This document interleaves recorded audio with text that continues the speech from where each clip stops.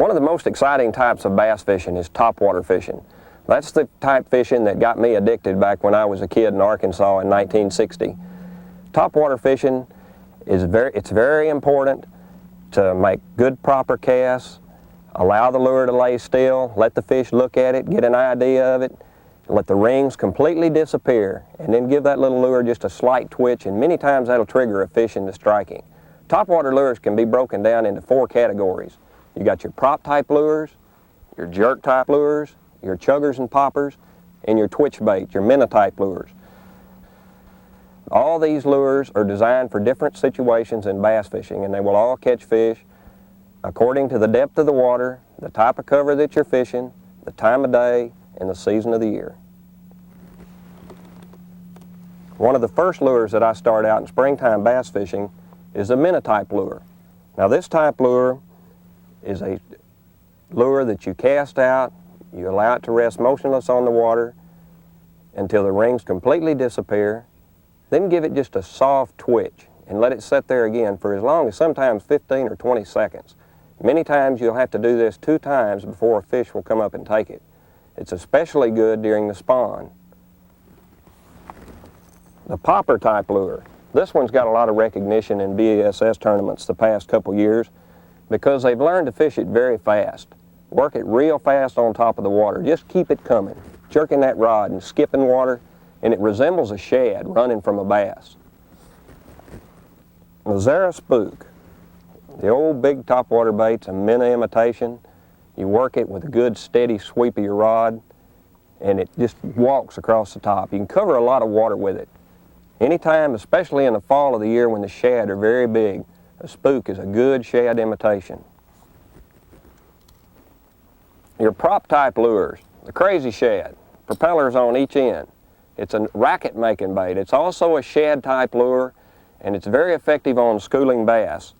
Remember, the key to prop type lures is the amount of chop that you have on the water. That'll dictate how fast you fish with them. The Pico Pop. It's a big topwater lure. It makes a large chug on the surface. And it's also a shad resembling type lure. It's it works extremely effective in clear water lakes where you've got deep water very close to your rocks or your points or wherever fish are schooled up.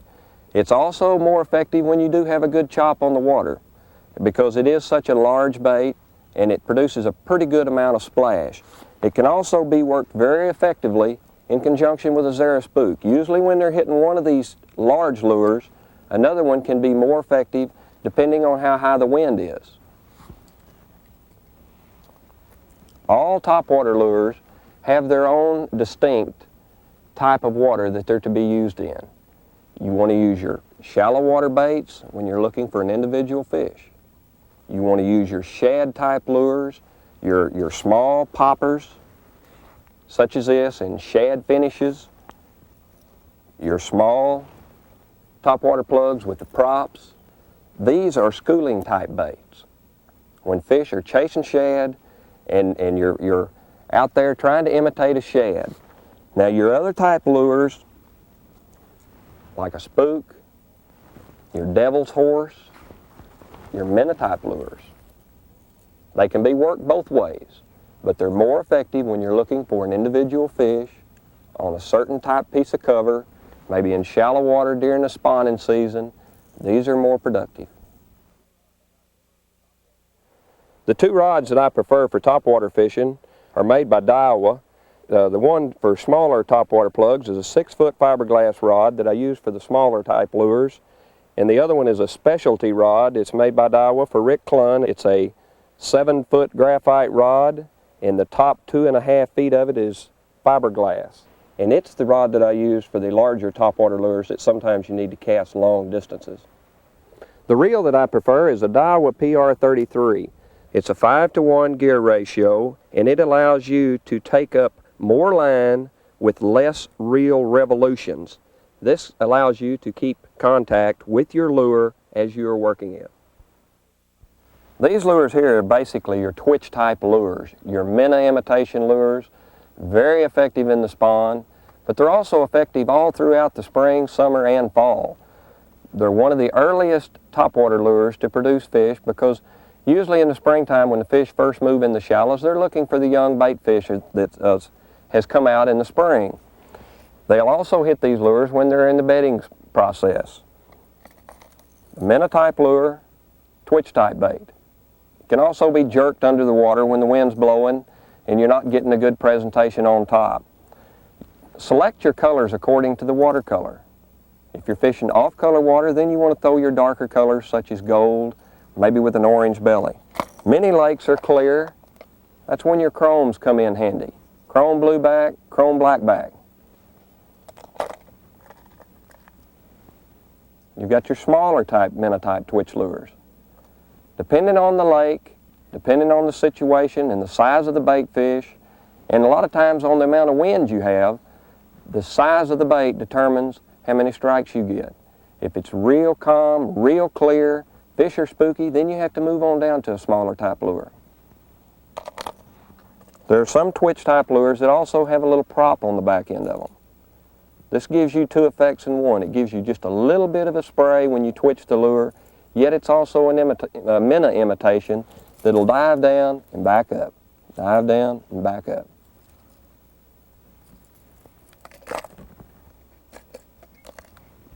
The large minnow type lures, many lakes we have nowadays have a lot of real good fish in them, and when you're fishing for bigger fish, go ahead and try the large lure.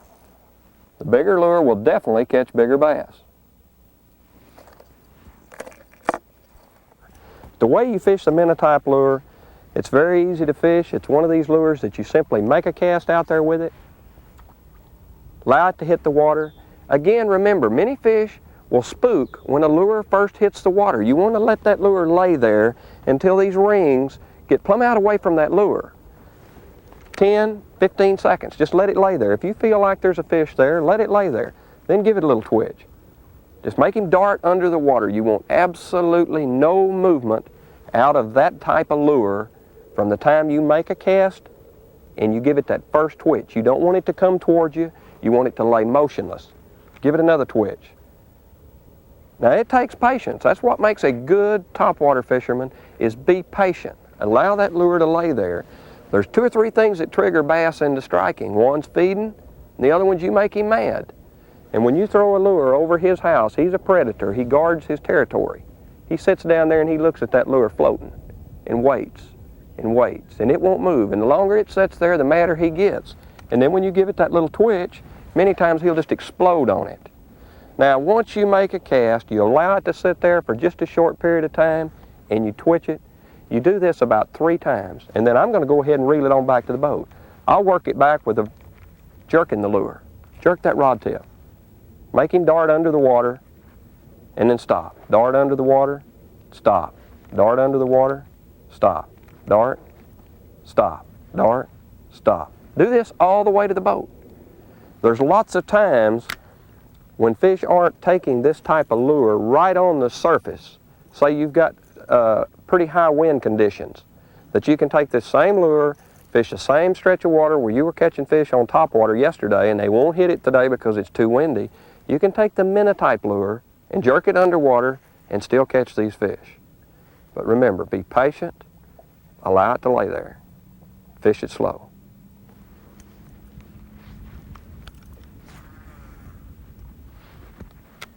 Let him lay there till them rings are completely gone. 10, give him a twitch. Let him lay there.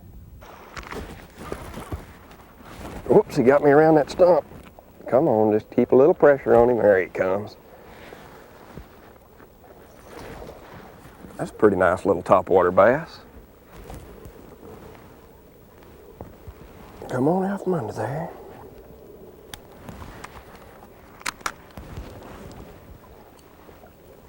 One thing about fishing with topwater lures, the type of lure you're using will also have a lot to do with how big a strike you get off of a fish. When you're using minnow type lures like this, a lot of times he'll just come up and be he'll just kind of suck it under. Where with some lures, you know, they'll come up and just really bash it. But the minnow type lures, it's mostly just a little bit, sometimes even just a boil and your lure will disappear. It's not a violent type strike. Topwater fishing is what got me addicted on bass fishing several years ago. When you get that first strike or two fishing in creeks and ponds and you know, just little simple stuff, when you're learning how to bass fish, small bodies of water, a lot of times you can learn a lot more about the basics of bass fishing, ponds and creeks. Your prop type topwater lures have a propeller on the back end. Some of them even have a propeller on each end. These type of lures here are what I call individual fish lures. When you're fishing in shallow water in the springtime or summer and fall and you've got a log or a lay down, you're only looking for one bass. Colors on these, I like to imitate brim colors when I'm fishing prop type topwaters in real shallow water. I want to imitate the fish that I feel like is in the shallow water at that time. To me, that's bluegill. I like an orange bellied topwater lure or a frog colored topwater lure, such as this one. Prop type lure, such as a devil's horse, has a spinner on each end. It's an individual fish lure. You're looking for one bass hanging on a piece of cover, an old log, a bush, a stump, a dock, whatever you've got in the water to throw at. When you make a cast, like at that old log over there, you want to throw at the back end of the old log and hit pretty close to it. Let it lay there. Just let that lure lay there for as long as 15 or 20 seconds till the rings completely disappear. Many times when you make a cast at an object such as that, if a fish is spooky, he'll move away, but he'll come back to it. And if you let that lure lay there a good 15 or 20 seconds, and then give it a little twitch, let it lay there again. Many times it just takes that lure laying there dead still to irritate that fish into striking. Give it another twitch. Let it lay there. Sometimes it'll take as high as 30 seconds or up to a minute to fish one cast with this type of lure. If he don't hit it after you've moved it about 3 times, you might as well just go ahead and work it at a pretty high rate of speed, bring it on back to the boat, giving it short twitches as you bring it along.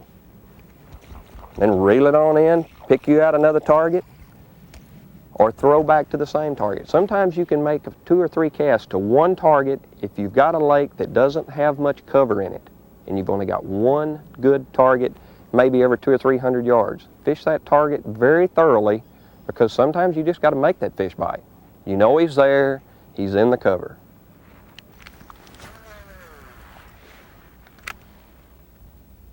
Let it lay there. That's the key to being a good topwater fisherman, is being patient. I've fished with guys before, back when I was guiding a lot here on Toledo Bend. Fish be eating worms up. They didn't care. They didn't want to catch fish. They didn't bite topwater plugs. Be patient. Allow that lure to sit still.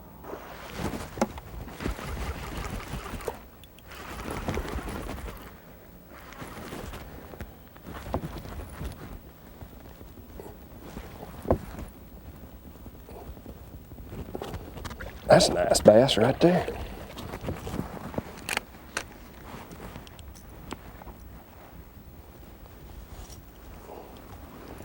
Nice bass. Topwater fishing is most fun of any lure that I can think of to fish with, because you're watching the strike. You've got to allow that fish to take that lure. If you throw out there and you're working that lure along there, and boom, a fish gets it and you're sitting there on pins and needles and you're ready to jerk, and you set the hook too fast, you're going to jerk it away from that fish. Allow him to come up and take that lure and pull it down. It don't take but just a split second. When he bangs it, kind of ease to him just a little and then set the hook. It don't take a rod stiff enough to shoot pool with to fish topwater. Get you a good limber action rod. This way you can get more action on your lure, and you can also make better casts. And it'll also keep you from losing a lot of fish when they come up to jump. The rod will flex with the fish, and it doesn't allow him to shake that lure out quite as easily. One of the most important things in prop type topwater baits is the size of the blade that's on the lure. The type of conditions that you have is what's to dictate the size of blade you have. If you got high windy conditions, then you want a large bait, large blades. You want to make a lot of commotions. Fall of the year, large bait, large blades. You got bigger shad, bigger bait fish. When fish are not biting very good, the weather's calm, still, quiet, and there's not many fish moving, you're not seeing a whole lot of activity, then you want to use a little small blade. That way you'll have less commotion and it looks more natural to the situation at hand. Summertime, that's my time of year. Fish are schooled up, they're moving back out into the deep water, and they start chasing shad on the surface. That's when it's most fun on top water. You're looking at a fish breaking, running minnows, and that's when you want to imitate the bait that he's chasing. A near nothing. It's a little old lure that's made out of hard plastic, and it's got a big lead in the back end of it, and you can throw it for about a half a mile. That's what you want, is distance when you think about schooling bass. You work it real fast across the surface, just keep that rod working and keep this lure skipping. Another one that's very effective on schooling bass is the old boy Howdy. It's a slim jerk type topwater bait, chrome or clear. Remember, you're trying to imitate the bait fish. Summertime, they're chasing shad. Many times these little old shad are little old bitty things, and that's when you have to move on down, throw a little tiny torpedo. Something that's clear. When a fish is looking up and seeing that clear bait, he's looking through it, and it looks like a little small school of bait fish rather than a large topwater plug. So try to remember what's going on and use the type of lure according to the bait fish and what the fish are doing. The key to making these fish hit is making the proper cast immediately after you see one boil that water. You see a fish hit, throw just past that lure, and what I like to do is I'll run it up there to that boil real fast, and as quick as I get it to where that fish hit it, I'll stop it for just a second. If he hadn't hit it then I'll make it act like it's running from him. Many times that'll trigger him into coming back and hitting it again, or hitting at it the first time, but throw past the break, work it back to it, pause, keep coming. Don't work it real slow. Work it very fast because you want it to look erratic, like it's running from that fish. He's been chasing these shad and they don't hold still for him, so you don't want to let this lure hold still. Make it look like it's running from a bass. Throw it past the school. If the school blows up out there, you want to throw past that school 10 or 15 feet, try to get past them. As soon as it hits the water, boy, I'm going to come with it. Just run it up there to where one busts the water. Like he hit right there, I'm going to stop, and then come again. Just make it look like it's running from him. Stop.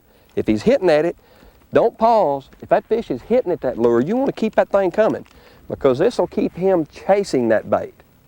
He'll keep coming back for it. Because if you stop it, many times he'll run up there and he'll look at it and he'll back off. He won't take that lure. So as long as you've got a fish charging your lure, keep it moving. Keep that bait coming.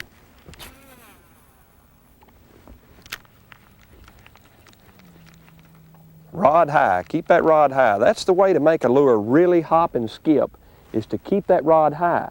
As long as you got your lure, your rod down low like that, your lure a lot of times will dive under the water and it won't look natural. So keep your rod up, keep him working.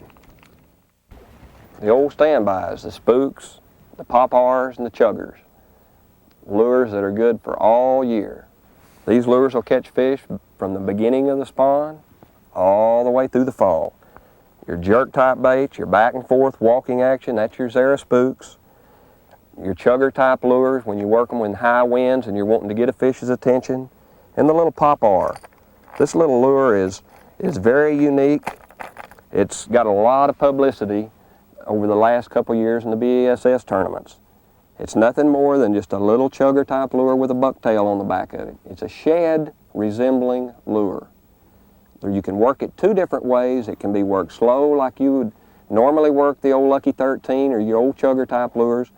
But the way it's gotten all the publicity over the last couple years is a high-speed retrieve. You cast that lure out there, and as soon as it hits the water, get your rod up here and just start working it back to the boat, and it creates a spray, and it just looks like a school of fish running from something, and this will trigger a bass into striking it. It's a very good lure. Your little chugger type lures here are a little more effective when they're chasing shad, but it'll also catch fish during the spring when they're spawning. The Zara Spook is one of the most popular topwater lures in the United States. It's a big lure, shad imitation lure, but it'll also produce a lot of fish in the spring when fish are in the shallow waters, so it's an effective lure year-round. Anywhere up to 15, 17 pound test line, depending on the type of cover you're fishing. Most of the time, 12, 14 pound test is what I fish it with because I feel like I get a better action out of the lure with the lighter line. Colors, shad colors. When I'm thinking about shad, I want the clear, sparkles, chrome, or even a solid clear Zara spook. Fishing shallow water looking for individual fish, then I'll want to use a frog color, or maybe a black one on a good cloudy day where you want more visibility for a fish. It's a very popular bait. It's a little bit difficult to work. A light rod, cast the lure out. Rod action is the most important thing in fishing a Zara spook. Pop it, back and forth, back and forth. Keep your rod steady speed. Twitch, twitch, twitch, twitch, twitch. The problem with the Zara spook is reeling and twitching at the same time. You got to twitch with your left hand, take a half a turn with your right. Good, steady motion. That's where the limber rod helps out. That gives you more flexibility in your rod, and you can make that thing just keep walking. A spook is an excellent lure for covering a lot of water with. You can just throw it at different objects and just keep the boat moving.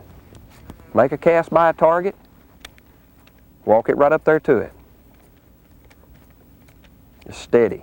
Twitch, twitch, twitch, twitch. Keep him moving. You can just walk him right around the target. There's a couple of different ways that you can work a spook effectively. That is one of them. That's what they call walking the dog. You just keep him moving. Another way is in the fall of the year or summertime when the fish are really chasing shad and they're busting on the surface, and you make a cast to them. Let's say you've got a little bit of wind, a little chop on the water. A little more ripple makes this method here more effective, and what you do is you really walk him. You just keep him coming, make him stir up some commotion. I've had them just jump out of the waves, have that lure just come jumping out of the water like that, and you'll see a fish just bail out of the water after it.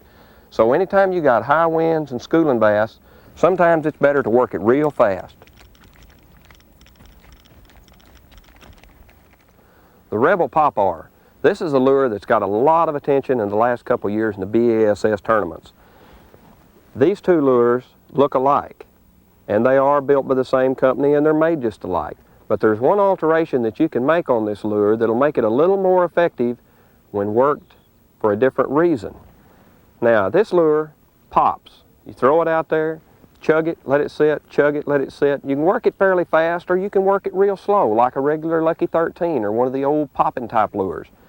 This one is built the same, but the alteration that I made on it is you take a pocket knife or a file and you just completely trim this lower lip away to where it don't have the scoop and the cup in it, such as this one. Therefore, you can work it a little faster.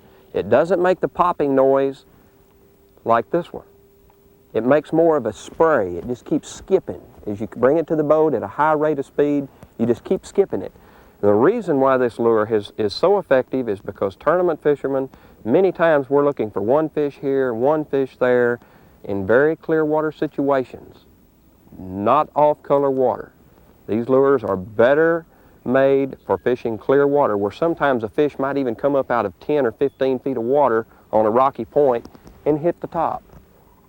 You're trying to imitate a shad with this lure, and it's more effective in the summer months and in the fall.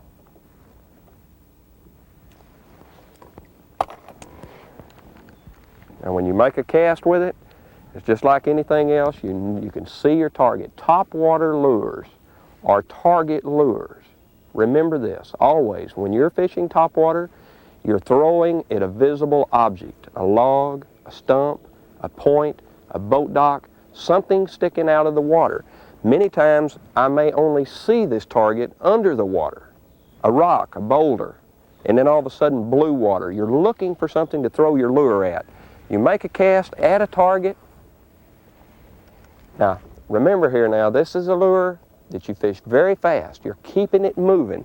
Now, as soon as that lure hits the water, I want your rod up in this position, and then you just start skipping it. See how that lure just skips across top of the water? It looks like a little school of bait fish running from a bass. Get your rod high and just keep it shooting. Work it fast. As soon as you get it up to the end of your rod, fire it back out there. Keep it coming. Keep the rod up, keep it skipping. Many times this lure will dive Now, as you noticed, many times when you're working this type of lure, if you'll notice when I make a cast, rod up, lure coming. As the lure gets closer to the boat, it has a tendency to jump out of the water. So you'll notice as I'm getting closer here, I'm coming down with my rod. Get that rod down there lower, and that way you can keep that lure working.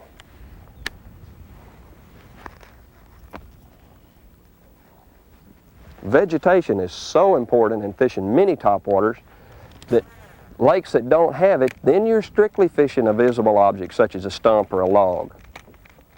But lakes that have that vegetation in them, you have good topwater fishing year-round. One of the most important things in fishing topwater lures is the size of the line that you use on each and every lure. It is very important that you correlate the diameter of the line with the type of lure you're using. The devil's horse, for instance, if you use it on 8 or 10 or 12 pound test line, you make a few casts with it and your line gets around this prop and it creates a kink in the line, and then every time you throw it out there, the front propeller won't work. So with this type of lure, you want to use 17 or 20 pound test line because it's a little bit stiffer and it will keep the line away from your front propeller. Now when you're using a jerk type lure, such as the minnow lure, you're going to get a whole lot better action if you'll use this type of lure on 10 or 12 pound test line, and you'll also get more strikes. Remember, topwater fishing is mainly shallow water fishing. The only time that fish actually come out of real deep water and hit a surface lure is when the water is extremely clear and they think it's a shad and they come up out of this deep water and they'll hit it. The rest of the time you're either fishing with vegetation very close to the surface of the water, or you're fishing it around cover, logs, boat docks, or you're throwing it at the shoreline. So remember that. Light line, better action on your lures. Heavy line for some of your other lures to create maximum efficiency. And then other times you want to use that heavy line when you're fishing back in the heavy brush with lures such as the spooks. You've got big hooks. You can hold a big fish. Naturally, you're not going to pick up a Zara spook and throw it back in there on 10 pound test line because you get a big fish on, you'll never get him out. So select that line size accordingly.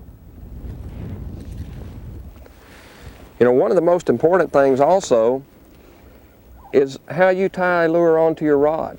You know, people always ask me, do you use snaps, you use swivels? How do you put a topwater lure on there? A lot of times I will use a snap. This is a little lock snap made by Berkeley. It's called a cross lock. It's very small, it's very light, and it doesn't affect the way your lure sits in the water. Many times if you put a big O-ring on the front of the lure, it'll tilt the nose down. Therefore, when you're working your lure, it won't sit up on top and get the proper action. It'll want to dive too much. So I do use snaps.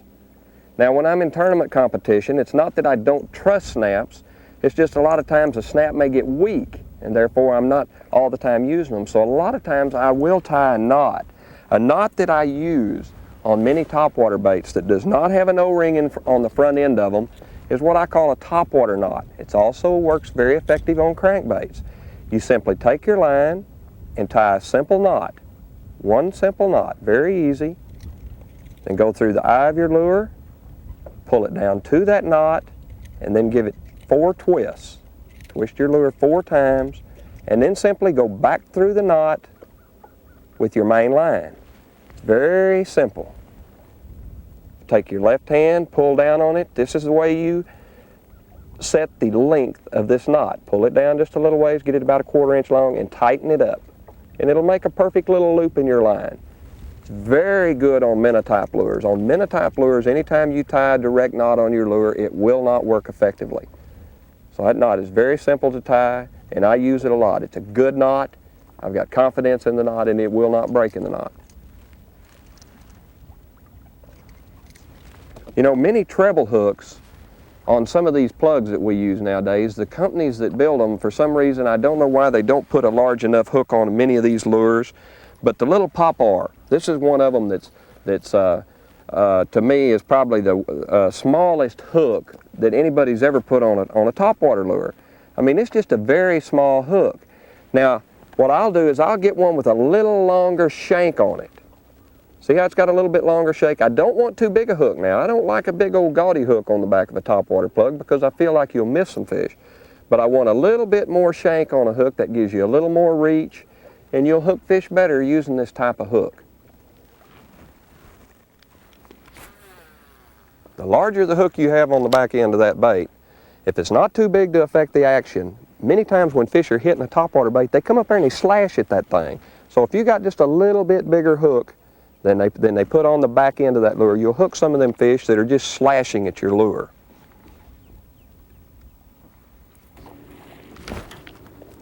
That's a good fish. I like to see him hit that topwater plug. Whoops, he got me around something. There he come out.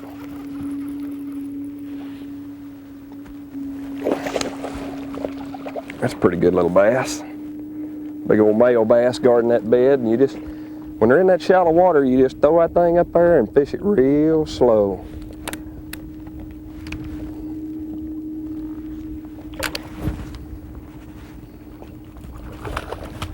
Nice bass.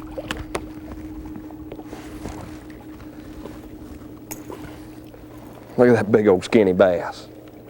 That's what happens to them in the summertime or late spring after they've laid their eggs and they start losing that belly and they get real thin. We let him go back to guarding. Pretty fish. But when you're fishing topwater baits, remember to be patient now. You got to let it lay there and irritate that fish into striking. He's not feeding because he's not hitting your lure because he's feeding. He's fighting that lure to keep it away from his territory, guarding an area. Nice bass.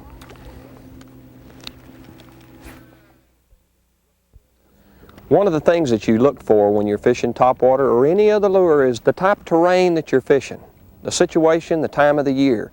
It's springtime, we're looking for fish in the shallows. One of the most important things to hunt for is what I call points, such as this little point of land. If you'll see it right here, it just extends out and then swings back into a little pocket. A point offers you a flat area out away from the bank where fish can spawn and the grass grows up off the bottom and they've got good hiding places and ambush areas. And what this does is this allows more than maybe one fish to get in an area. You have a concentration of fish. You may catch 7 or 8 bass off this one point when they're really actively feeding. So this is the type areas I look for. These fish are actually in the spawning process right now, are getting close to it, and they're holding on these little sandbars, little isolated ridges. Water temperature gets up there a little bit. You know, water temperature is so important when you're fishing topwater because if it's below 60 degrees, they're just not going to come up on a topwater very aggressively. I've caught them in 55 to 58 degree water temperature, but not very good. You need that water temperature at 60 above. That's why it's look at that bull. Boy, that fish almost got it right there. Come on. We got a high sky here, and I don't know whether he'll come back and take it or not, but he sure rolled it. I see him down there. He's on the side of that little old stump down there. He's not going to get it, but if the timing had been right, that fish would have came on up there and got that lure. Boy, he just boiled all over it. Little white spot under the water there. But these fish, they like cover. They like thick stuff, like you got a lot of grass scattered around in here, and they sit in the edge of that cover, and they look out at these little clean spots. There's a real nice, pretty clean spot on the bottom right there. That's the type thing. See, a fish is an ambusher. He likes to sit in something and look out and attack his prey. And that's why anytime you're fishing any lure, no matter what it is, when you throw at something, if you can visibly see a change in the watercolor underneath, that's where you want to put your cast. Because anytime you can see a change, there is actually something different down there. And remember, a bass likes something different. Edges, any place he can hide and look out into a clean area, that's where he'll pick an ambush spot. See, I'm actually looking for something to throw at right now, even though there's nothing sticking up out of the water out there. With Polaroid glasses, you can look down inside that water and you can see changes. Just let the wind drift you along slow. It's very important when you're topwater fishing to be extremely quiet. The less amount of activity that you make in the boat and the less you use your trolling motor, the more strikes you're going to get. Okay, it's awful still back in here right now, and what I'm going to do is I'm going to switch lures, because I think maybe with the conditions that I've got right now, the real fast action, the erratic action of this popper type lure, this little chugger, the skipping action, maybe I can trigger one of these fish into striking, because they're not in a feeding mood right now, and they're more or less just protecting an area, and if I can just run it by one real fast, maybe I can trigger him into striking.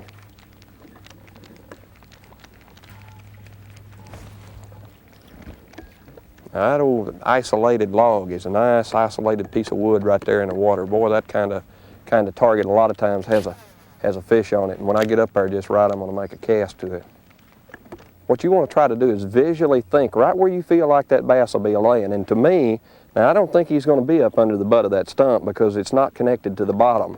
If there's a fish in there, he's going to be right where the limbs go in the water, which is where I can't cast the topwater plug, or he's going to be laying on this end down here, sitting up underneath all that shade looking out. So you want to cast right across the end of it.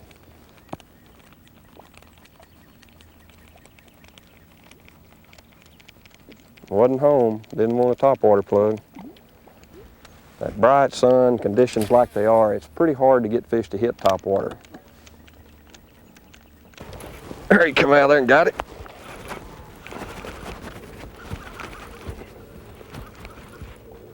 He was all hid right up in the end of that tree, wasn't he?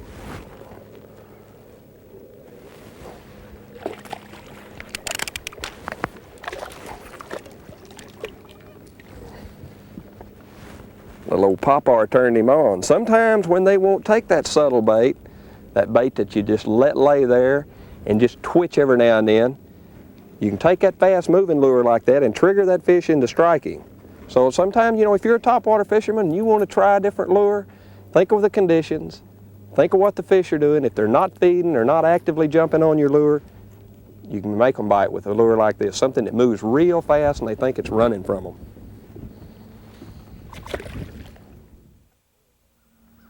Oh, sorry, he boiled at it. Come on, come on. Boil, no. Always remember to keep another rod handy. Even when you're fishing topwater lures, if one comes up and strikes at your lure, if you're quick enough and grab a plastic worm and put it back in there, nearly every time he'll get it. Oh, there he is.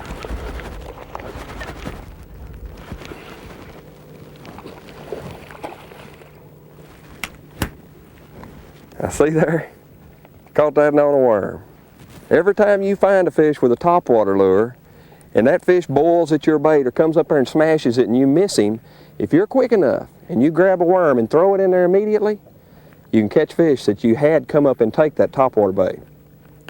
So always keep a backup lure ready. Oh, I mean, he got it too. There we go.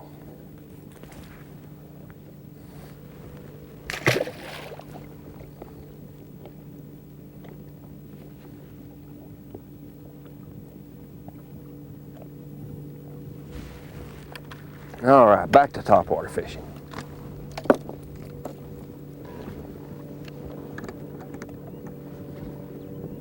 Look for them little light spots on the bottom.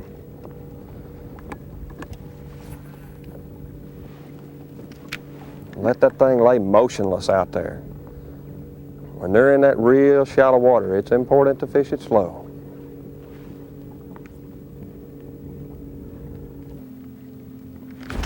There, he got it.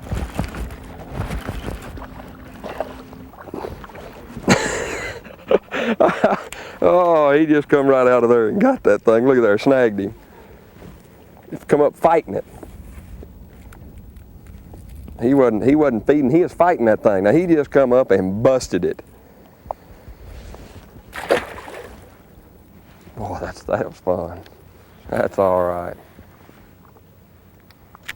Fish are right up in that shallow water. Water's about 63, 64 degrees. These little points, anytime you can find one of these little points that sticks out like this one does, see it kind of runs out there away from the bank just a little bit. What this does, this makes a flat area on the bottom. You have an area where, you know, all around this, it's 6, 7, 8, and 10 foot of water. And these fish come out of this deeper water and they come up on top of these little shallow bars where it's only 2 and 3 foot deep. And that's where they come up to feed. That mini-type bait, it is a super good bass catching bait. You have to be patient with it on top. Fish it slow. There's a nice fish. Well, what have I done? He's done, look at here. Look at here, this fish, he come up and hit that thing and I didn't even hook him in the mouth. I've got him in the tail.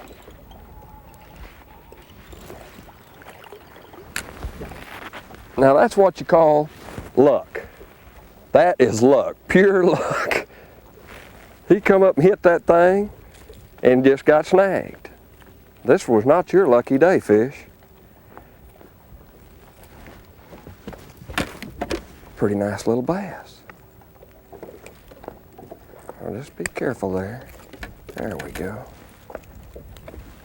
Nice fish. Now see, when you're doing everything right, you'll catch a few of them like that. It's not very often you catch many fish in the tail. But when you're doing everything right and everything is going your way and you get out of bed on the right side, every now and then you get a lucky break. All the time of day, or all during the day when you're out here bass fishing, think about the conditions that's going on all day long. Anytime you've got a good riffle blowing in here like this right here, you can take an active type topwater plug, such as the Topwater or the Spook or a prop type bait that has the blades on it, and work it a little bit faster. And when you've got wind like this, some of them better fish are up and feeding at that time of day. They'll hit topwater all day. Just because the sun's shining, don't let that scare you off. But you do need a little wind. When it gets dead still and that sun's out real bright, you're not going to catch very many fish on topwater. You know, the lakes around the United States, they're all different. Now if you go out there to Lake Mead, or one of them real clear western lakes, the hotter it gets and the brighter it is, these fish move up in the top of these bushes, the better they hit topwater. But most of our lakes, like here in East Texas, Missouri lakes, Kentucky lakes in Florida, most of them lakes in them areas right there, they just don't bite topwater real good unless you've got these good conditions. A little riffle, early in the morning, late in the day, or on an overcast day.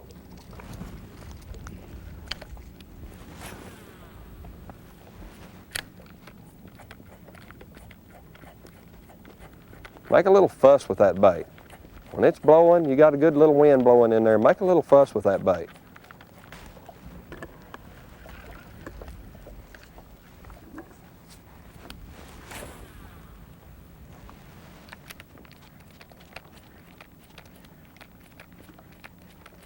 Always select the bigger targets.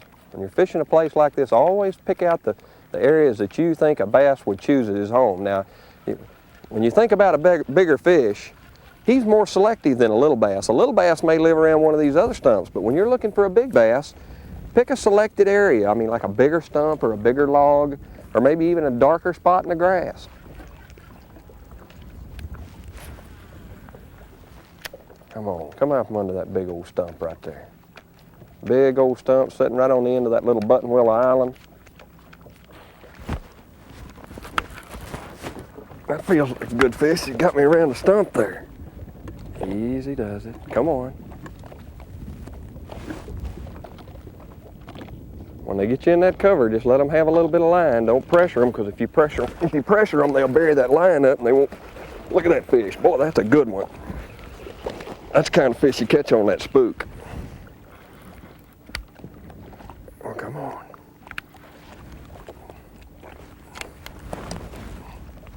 Come here, baby. Had me around that stump over there under the water, and I didn't think he was going to come out. But just remember, if you don't put too much pressure on him, don't bury your line down in that bark. If you just sit there and keep tension on there, a lot of times he'll work himself out of that stuff. That's a good big bass bait right there. Good all the way around the United States. A Spook is kind of like a buzz bait. It'll get in your blood. It's addicting. You catch a few big fish on it, and you'll throw the thing all day long. Rocky points such as this one right here, this is a riprap where a bridge begins. A lot of lakes, like out in Lake Mead, you've got a lot of rock. In Missouri and Table Rock Lake, you've got a lot of rock, points, bluffs. Anytime you have this type of situation here, this is an area where fish will school right off the end of these points. And it's an area that you want to stay well back away from with your boat, make big long casts. Use your shad type lures such as a Pico Pop, the Zaraspook, and the Popar. Remember to fish them fast, and you want a little chop washing in there. That makes these areas better and they'll produce more fish. If it's real still, you've got to go to that quieter lure, but if you've got a lot of water movement, sometimes this big lip on this bait will produce strikes. Throw it up there in about 3 or 4 foot of water. What I like to do is like to hit right about where that deep water joins the rock. And then I'll just take and start skipping that thing. Just keep him moving. Pop him 10 or 12 times and kill him. Let him stop. Come on again. Now if you're throwing a spook, you want to walk him all the way back through there, just like you would normally fish a Zaraspook. Create a fuss with that bait. Make it look like a school of shad trying to escape. Throw him, if you got a bridge like that, throw him up in there under the shade, because that's where your fish will be hiding. There he is. That's a pretty good little bass. Coming around the back of the boat. He got down in that moss on me.